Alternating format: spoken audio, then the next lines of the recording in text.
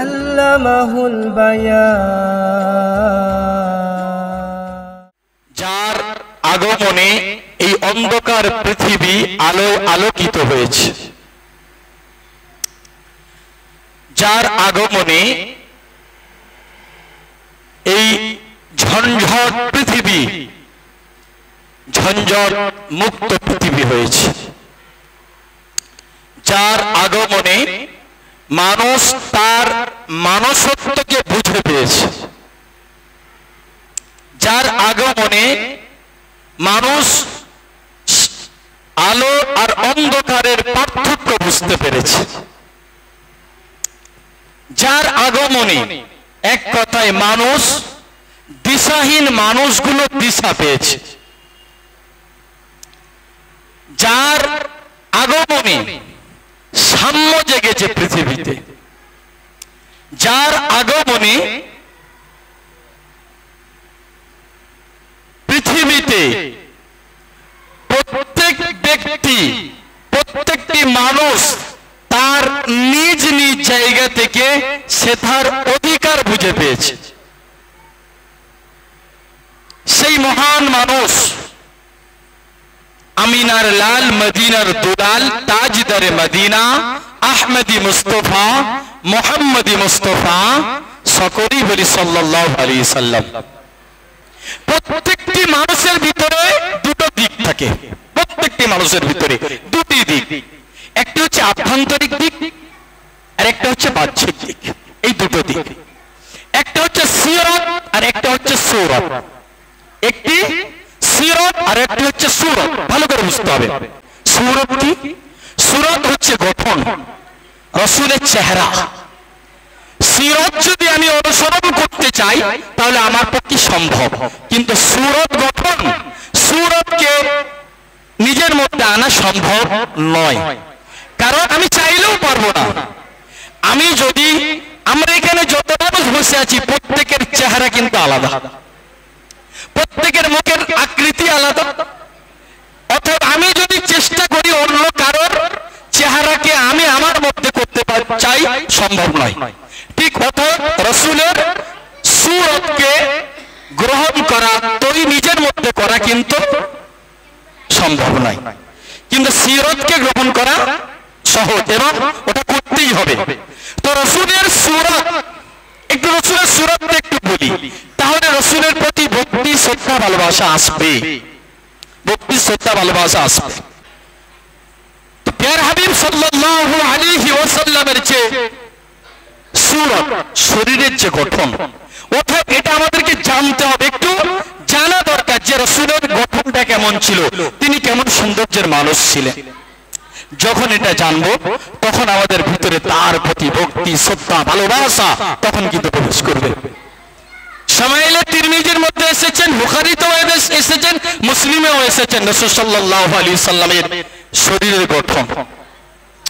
তিনি এমন ভাবে আল্লাহ তাবারক তাআলা তাকে তৈরি করেছিলেন যে কোন দিক থেকে আমরা প্রত্যেকেই মানুষ, কিন্তু আমাদের শরীরের গঠনের দিক থেকে কোনো না কোনো খুঁত আছে, কোনোটা সুন্দর তো কোনোটা একটু অসুন্দর, কিন্তু মুহাম্মদ সাল্লাল্লাহু আলাইহি সাল্লামের মাথা থেকে পা পর্যন্ত, মাথার চুল থেকে পায়ের নখ পর্যন্ত কোনোটাই আল্লাহ তাবারক তাআলা অসুন্দর করেননি, প্রত্যেকটাকে সুন্দর করেছেন।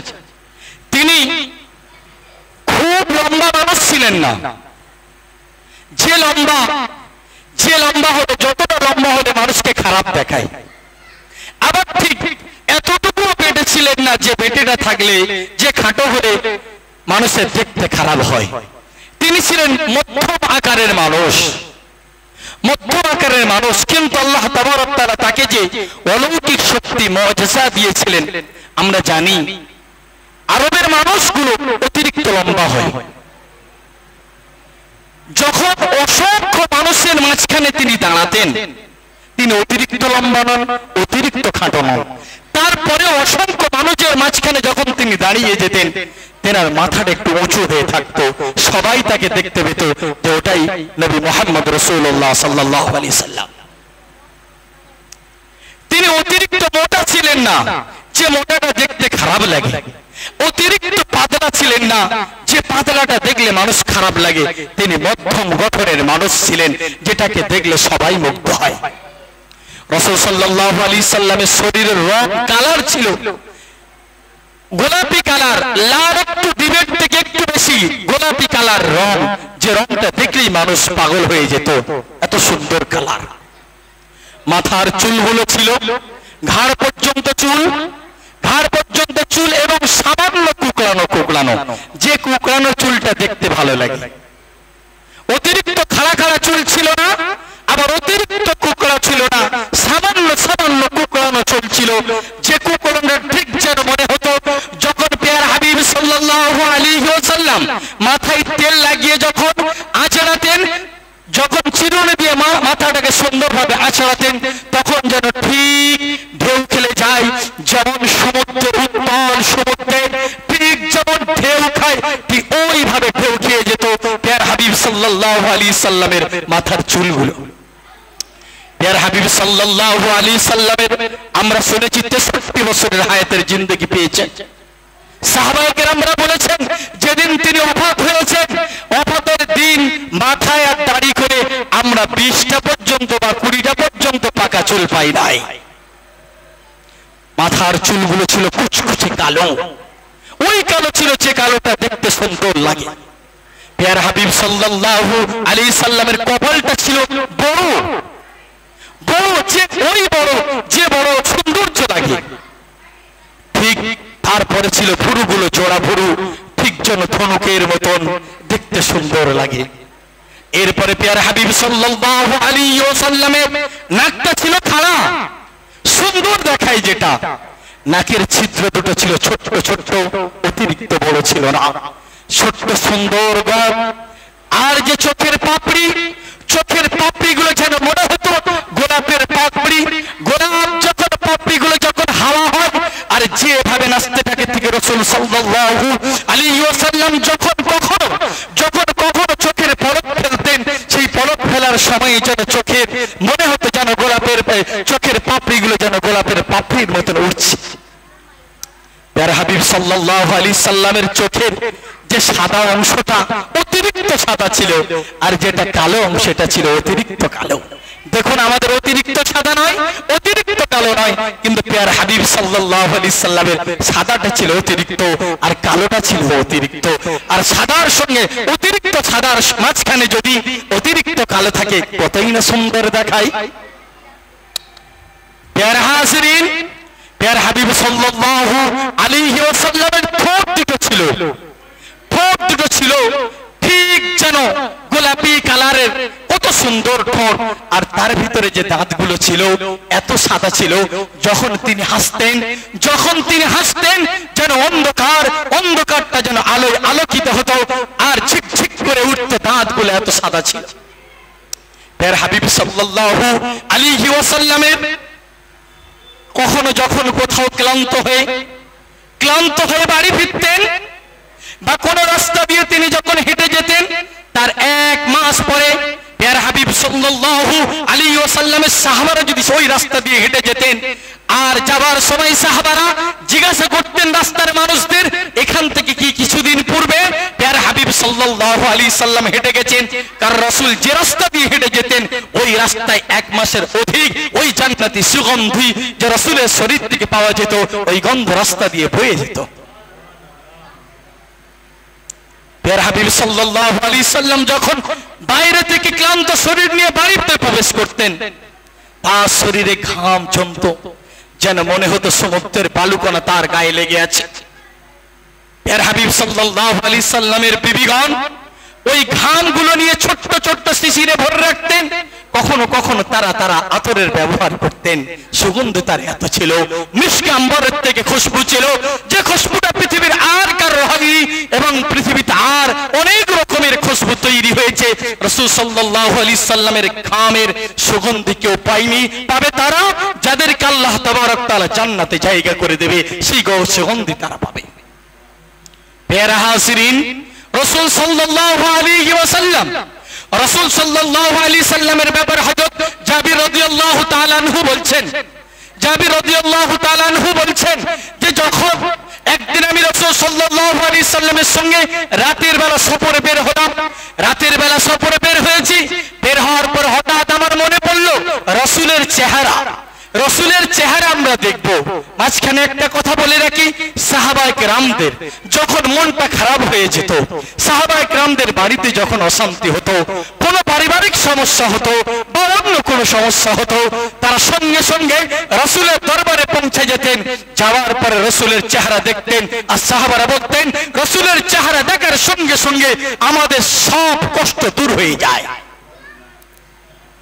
জাবির রাদিয়াল্লাহু তাআলা আনহু বলছেন রাতের বেলা সফরে যখন বের হলাম, বের হয়ে আমার মনে পড়লো আজকে রাসূলের চেহারার সঙ্গে চন্দ্রকে দেখব। আমি আজকে বিচার করব যে চন্দ্র বেশি সুন্দর না আমার রাসূলের চেহারা বেশি সুন্দর। আমি একবার চন্দ্রের দিকে তাকালাম, সেদিন ছিল পূর্ণিমার চাঁদ, কত সুন্দর আসমানে দেখা যায়। আমি আসমানের দিকে তাকালাম, চন্দ্রকে ভালো করে ফলো করলাম, ভালো করে দেখলাম। দীর্ঘ সময় চন্দ্রের দিকে তাকানোর পরে ফের ফিরে এসে আমি রাসূলের চেহারার দিকে তাকালাম, আমি অবাক হলাম, এটাই কি সত্য? আমি নিজেকে স্থির করতে পারলাম না। আমি আবার চন্দ্রের দিকে তাকালাম, দীর্ঘ সময় তাকানোর পর আবার রাসূলের দিকে তাকালাম, তাকানোর পরে তারপরও আমি স্থির হতে পারলাম না, এটাই কি সত্যি? আবার তাকালাম চন্দ্রের দিকে, দীর্ঘ সময় তাকানোর পর আবার রাসূলের চেহারার দিকে তাকালাম। আমি তখন স্থির করলাম, হ্যাঁ চন্দ্রের মধ্যে দাগ আছে, আমি দেখতে পেয়েছি চন্দ্রের মধ্যে দাগ আছে, কিন্তু আমার রাসূলের চেহারার মধ্যে দাগ নাই। আমি বারবার এটাই নিশ্চিত হয়েছি যে চন্দ্র অনেক সুন্দর, চন্দ্র অনেক সুন্দর, কিন্তু এর থেকে অনেক অনেক অনেক বেশি সুন্দর আমার রাসূলের চেহারা। প্যার হাবিব সাল্লাল্লাহু আলাইহি সাল্লাম আমরা সবাই জানি, প্যার হাবিব সাল্লাল্লাহু আলাইহি সাল্লাম যখন আল্লাহ তাবারক ওয়া তাআলা তায়েফ থেকে ফিরে আসার পরে যখন তায়েফের মানুষগুলো প্যার হাবিব সাল্লাল্লাহু আলাইহি সাল্লামকে কষ্ট দিলেন, ছোট্ট ছোট্ট বাচ্চাদেরকে দিয়ে পাথরের আঘাতে রক্তই রঞ্জিত করেছিল, মাথার রক্ত পা পর্যন্ত জমে গিয়েছিল, রাসূলের শরীরটা যেদিন ক্ষতবিক্ষত হয়ে গিয়েছিল, আসমান থেকে ফেরেশতারা যেদিন বলেছিল আল্লাহ আপনার হাবিবকে এইভাবে কষ্ট দিচ্ছে, আপনি কি দেখতে পান নাই? সেই দিন আল্লাহ তাবারক ওয়া তাআলা রাসূলকে ফেরেশতারা বলেছিল, ও হাবিব, ও আল্লাহর রাসূল, আপনার এই কষ্ট আসমানের কোন ফেরেশতা সহ্য করতে পারে না, আপনি শুধু বলুন এই তায়েফবাসীকে আমরা নিশ্চিহ্ন করে দেব। সেদিন তিনি বলেছিলেন, প্যার হাবিব সাল্লাল্লাহু আলাইহি সাল্লাম সেদিন বলেছিলেন, ওয়া মা আরসালনাকা ইল্লা রাহমাতাল লিল আলামিন, আমাকে তো আল্লাহ তাবারক তাআলা রহমত করে পাঠিয়েছেন, আমাকে তো নরম হৃদয়ের মানুষ করে আল্লাহ পাঠিয়েছেন। আমি এদের জন্য কেমন করে বরদোয়া করতে পারি, আমি এদের জন্য কেমন অভিশাপ করতে পারি? আজ এরা আমাকে চিনতে পারেনি, আমার রবকে চিনতে পারেনি, আমি এদেরকে বোঝাতে পারিনি, রবের কথা এদের সামনে স্পষ্টভাবে তুলে ধরতে পারিনি, এরা হয়তো বুঝতে পারেনি। কিন্তু একটা দিন এমন আসবে, এমন আসবে তায়েফ থেকে ইসলাম প্রচার আর প্রসার শুরু হবে ইনশাআল্লাহ। তায়েফ থেকে ফিরে আসার পরে আল্লাহ তাবারক তাআলা তার হাবিবের কষ্ট সহ্য না করতে পেরে নিজের সঙ্গে দেখা করার জন্য ডাকলেন, মিরাজে নিয়ে গেলেন। প্যার হাবিব সাল্লাল্লাহু আলাইহি সাল্লাম বলছেন, মিরাজে যাওয়ার পরে আমি হযরত ইউসুফ আলাইহিস সালাতু ওয়াস সালামকে দেখেছি। ইউসুফ আলাইহিস আল্লাহ তাবারক ওয়া তাআলা হযরত ইউসুফ আলাইহিস সালাতু ওয়াস সালাম পৃথিবীর অর্ধেক সৌন্দর্য হযরত ইউসুফ আলাইহিস সালাতু ওয়াস সালামকে দান করেছিলেন। কতটা? অর্ধেক সৌন্দর্য দান করেছিলেন। আর আমার নবী, আপনার নবী মুহাম্মদ রাসূলুল্লাহ সাল্লাল্লাহু আলাইহি সাল্লামকে গোটা পৃথিবীর সৌন্দর্য দান করেছেন, বলুন সুবহানাল্লাহ। আমরা শুনেছি হযরত ইউসুফ আলাইহিস সালাতু ওয়াস সালামকে দেখে মিশরের মহিলারা হাত কেটে দিয়েছিলেন, ছুরি আপেল কাটতে গিয়ে নিজেদের হাত কেটে দিয়েছিল। সেদিন যদি আমার নবীকে যদি ওই মিশরের মহিলারা যদি দেখতো, সেদিন নিজেদের হাত নয়, তারা নিজেদের কলিজাও কেটে দিত।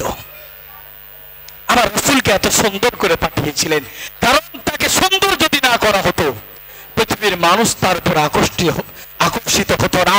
তাই মানুষ তার চেহারা দেখে দিকে দিকে পঙ্কুপালের মতন তার দিকে ছুটে গেছে, আর তার হাতে হাত রেখে ইসলামের আদর্শ এসে ইসলামের ছায়াতলে নিজেকে আশ্রয় বানিয়ে নিয়েছে। প্রিয় হাজিরিন, এটাই ছিল আমাদের রাসূলের সুরত। রাসূলের সুরত সম্পর্কে বর্ণনা করা আমার সাধ্যে নয়, ছোট ছোট জ্ঞানে অল্প কিছু বললাম।